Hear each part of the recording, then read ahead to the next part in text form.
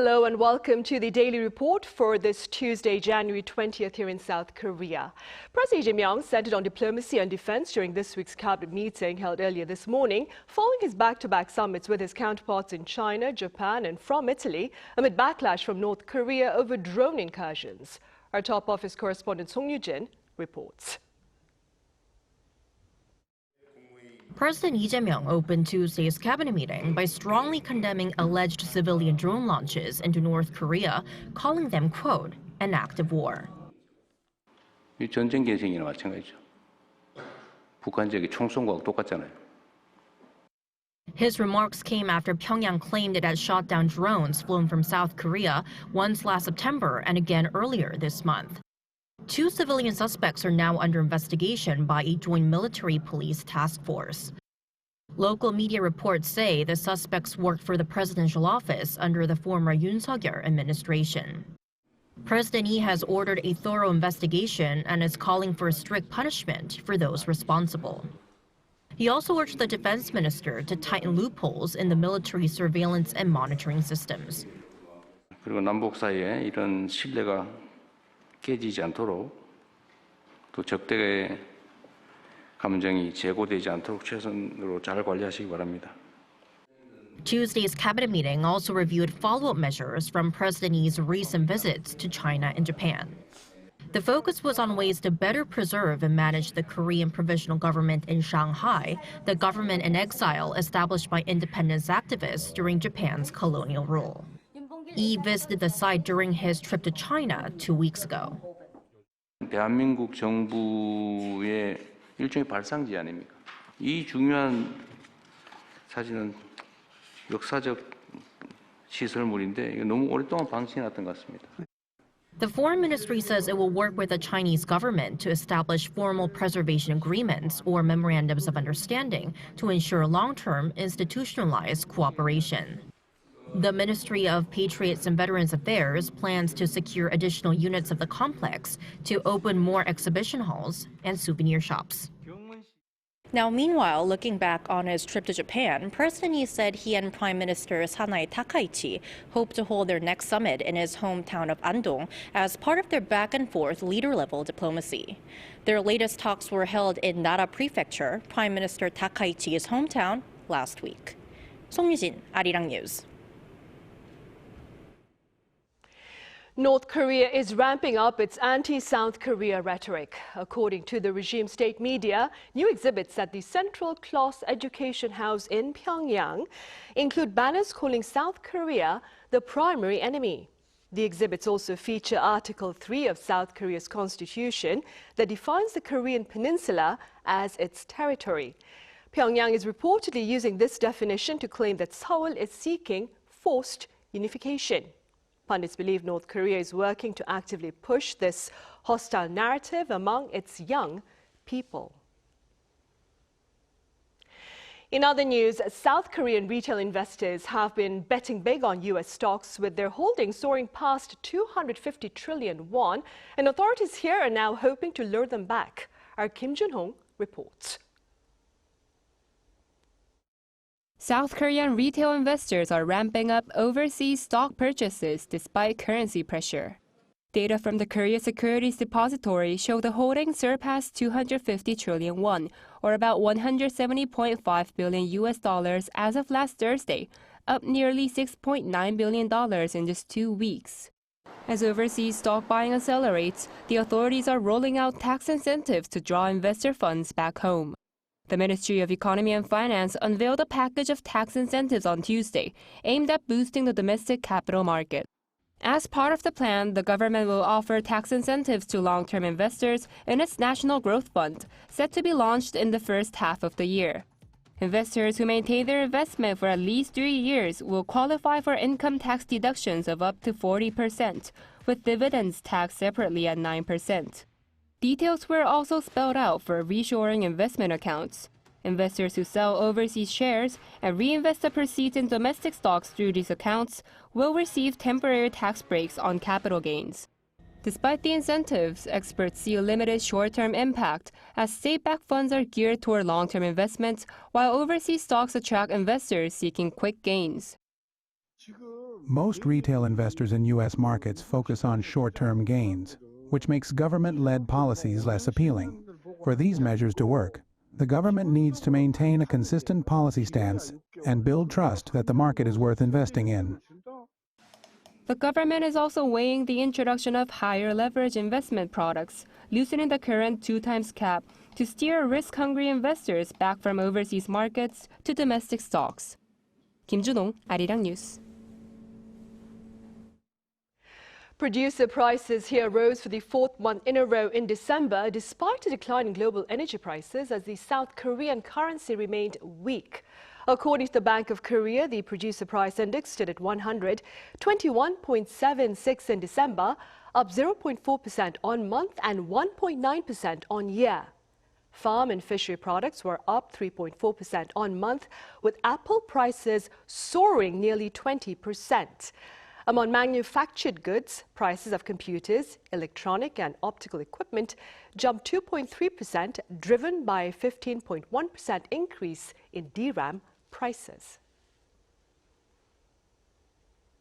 Samsung's OLED TVs have earned top ratings from leading U.S. consumer publication Consumer Reports. Several Samsung OLED TV models, along with a QLED TV, were reportedly tapped as the best sets in the publication's latest evaluation. This achievement builds on Samsung's remarkable success at this year's CES earlier this month, where its massive 130-inch micro RGB TV was named the winner in the Best of Innovation category. Meanwhile, as the words of wisdom go, one man's crisis may be another man's opportunity. That being said, we take a look at efforts underway by online retailers to fill the vacuum left by e-commerce giant Coupang. Our Kim Do-yeon files this report.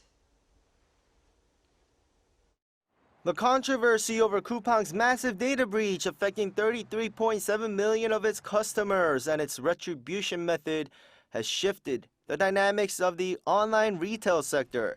It has translated into a direct opportunity for rivals who are now rolling out massive coupon packs and incentives to lock in these drifting consumers. SSG.com has seen immediate gains. From January 1st to the 19th, the average number of new daily visitors skyrocketed by 240% compared to last year, according to the company. This traffic is converting into actual sales. Between January 8th and the 19th, first-time orders surged 70% on year, driven largely by the new membership, which locks in customers with high reward rates. To sustain this momentum, the company is aggressively expanding its infrastructure, planning to increase its delivery hubs from 60 to 90 by the first half of the year. Market Curly is also a primary beneficiary. In December, the company says that monthly active users hit a record 4.49 million, a 34% jump from the previous year.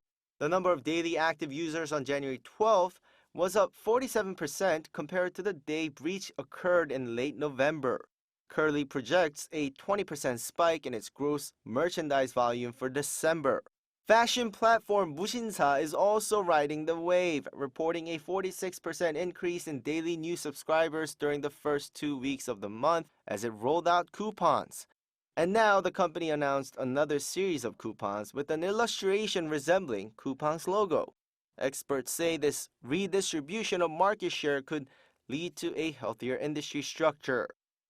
A market dominated by a single player is rarely desirable. If this opportunity allows competitors to step up and a healthy competitive structure is established, it will ultimately lead to lower prices and higher quality services for consumers. The market shift comes as Coupang was estimated to have more than a quarter of the country's e-commerce market up until last year. Kim Do-yeon, Arirang News.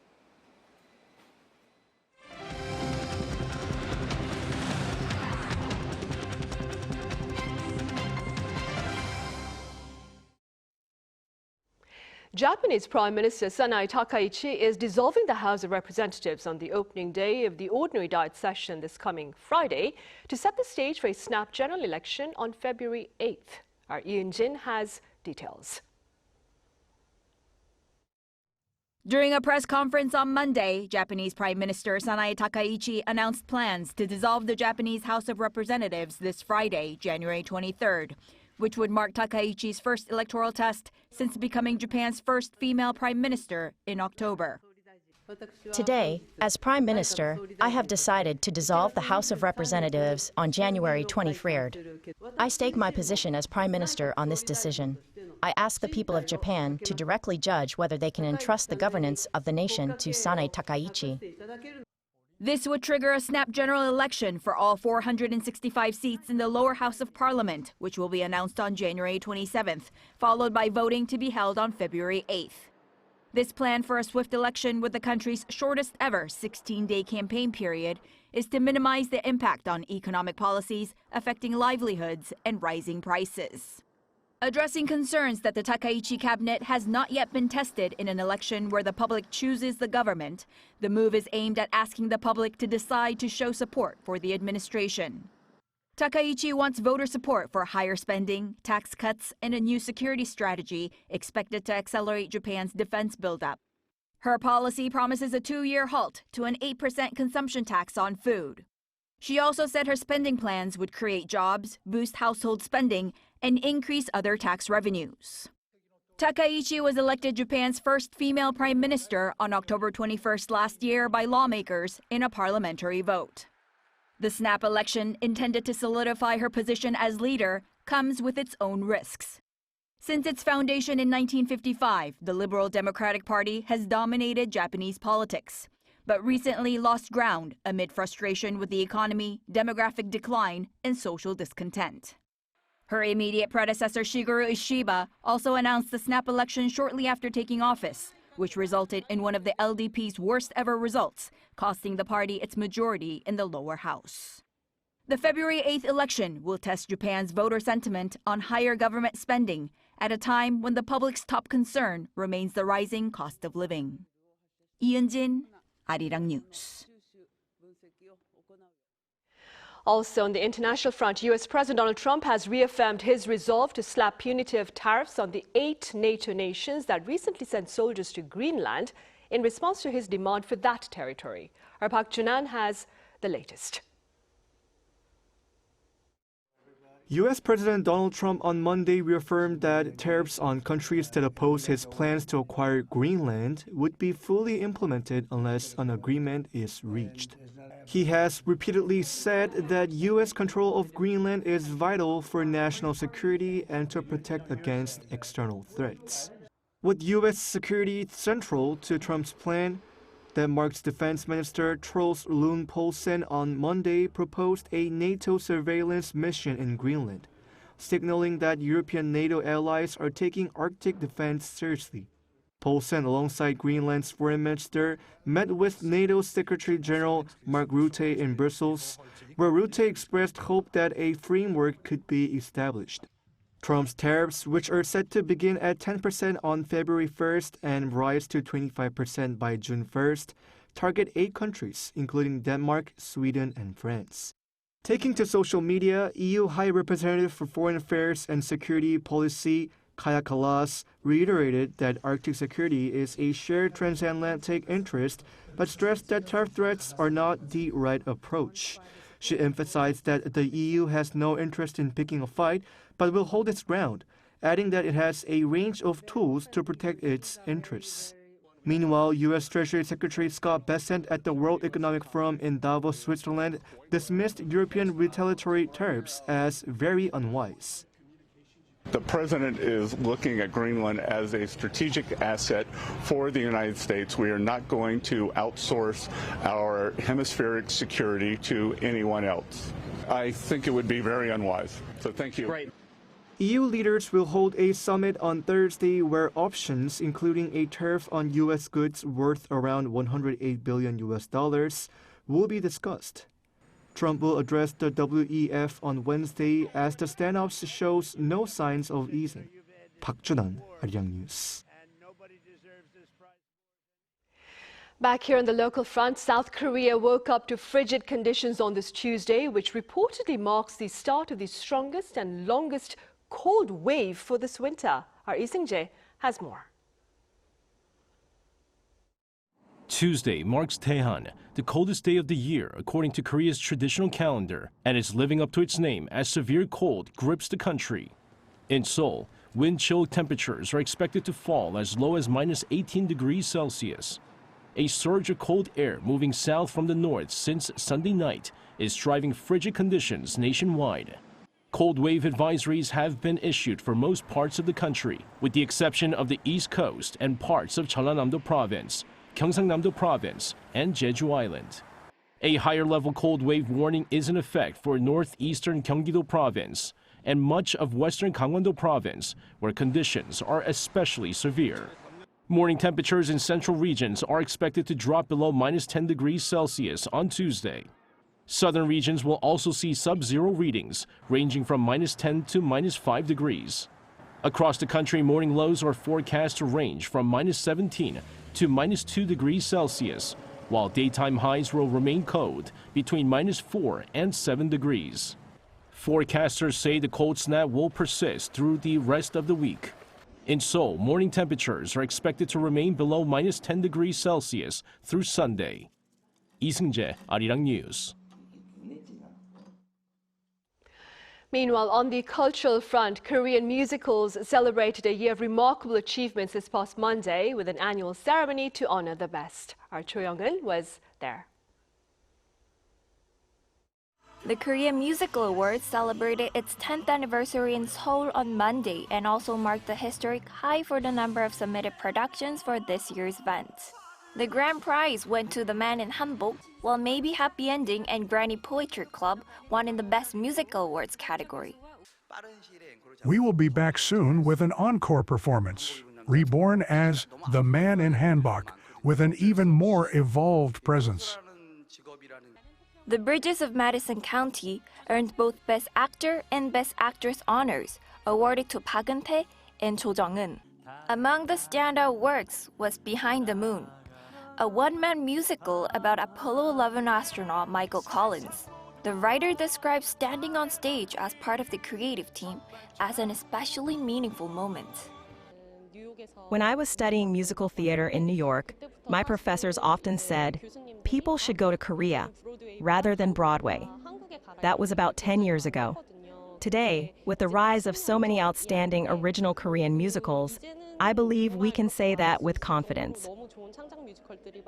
Korean musicals saw remarkable growth over the past year, marked by a surge in productions, rising audience engagement, and increasing recognition both at home and abroad. As Korean musicals mark their 60-year history, they are continuing to evolve in dynamic ways. A wide range of original productions is being developed, and many are actively expanding overseas. Since the curtain first rose in 1966, original Korean musicals have undergone 6 decades of rapid and dynamic growth.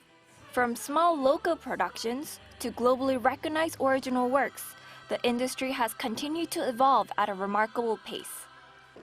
As Korean musicals celebrate their 60th anniversary, the industry is now poised to take on greater global challenges, expanding its reach on the international stage. Cho Young-eun, Arirang News.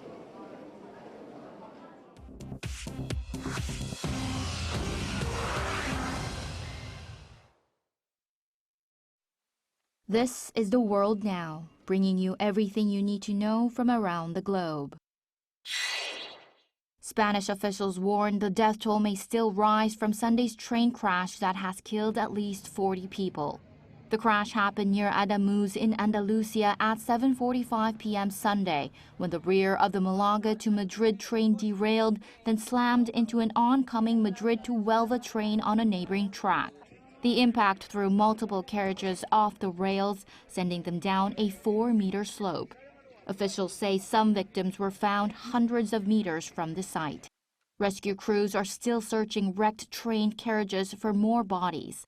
Spain's government declared 3 days of national mourning as investigators work to determine why a modern train on a newly renovated track derailed.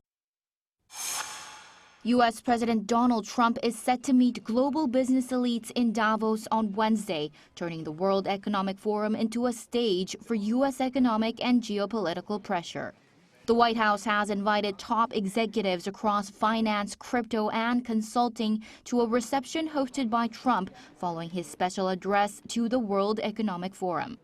The meetings take place against the backdrop of Trump's recent moves, including tariff threats against Europe and demands linked to Greenland, dominate closed-door talks among global leaders. Treasury Secretary Scott Bessent warned Europe not to retaliate, urging allies to take the president's intentions seriously. Security advisors from multiple nations will also convene on the sidelines of the summit. Russia launched a large-scale drone assault on Ukraine's energy system overnight, cutting electricity to 5 regions amid freezing temperatures. Ukrainian officials said on Monday that Moscow fired 145 drones, with air defenses downing most, but several strikes still damaged critical power and gas infrastructure in Odessa, Kharkiv, Sumy, Dnipropetrovsk, and Chernihiv. Energy companies report tens of thousands of households without electricity as emergency crews race to restore power. Italian fashion legend Valentino Garavani has died at age 93. The Valentino Garavani and Giancarlo Giametti Foundation confirmed his death on Monday in a public statement, stating that Valentino died at home in Rome. For nearly 5 decades, Valentino dressed royals, first ladies, and Hollywood stars, building one of Italy's most influential luxury fashion houses and defining red carpet elegance with his signature Valentino red. Italy and the global fashion world are now mourning a designer who shaped modern high fashion. Chu Ji-han, Arirang News.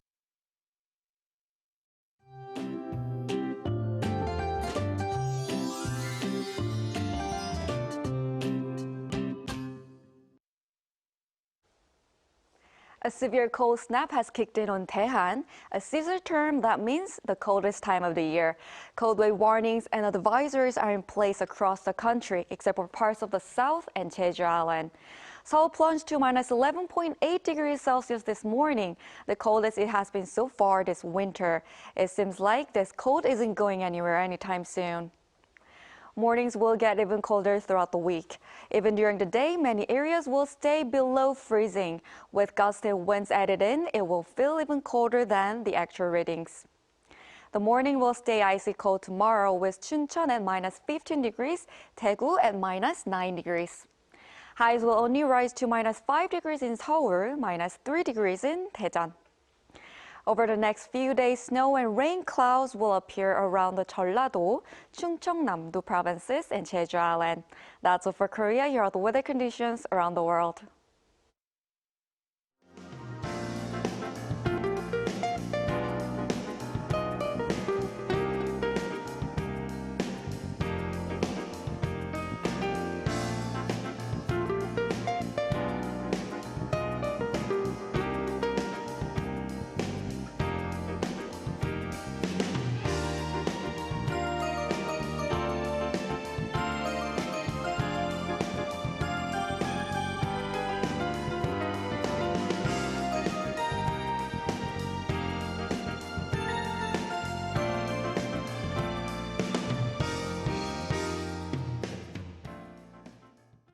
Those are the headlines at this hour here in South Korea. Coming up right after this short break is our daily panel session, so do stay with us and thank you for now.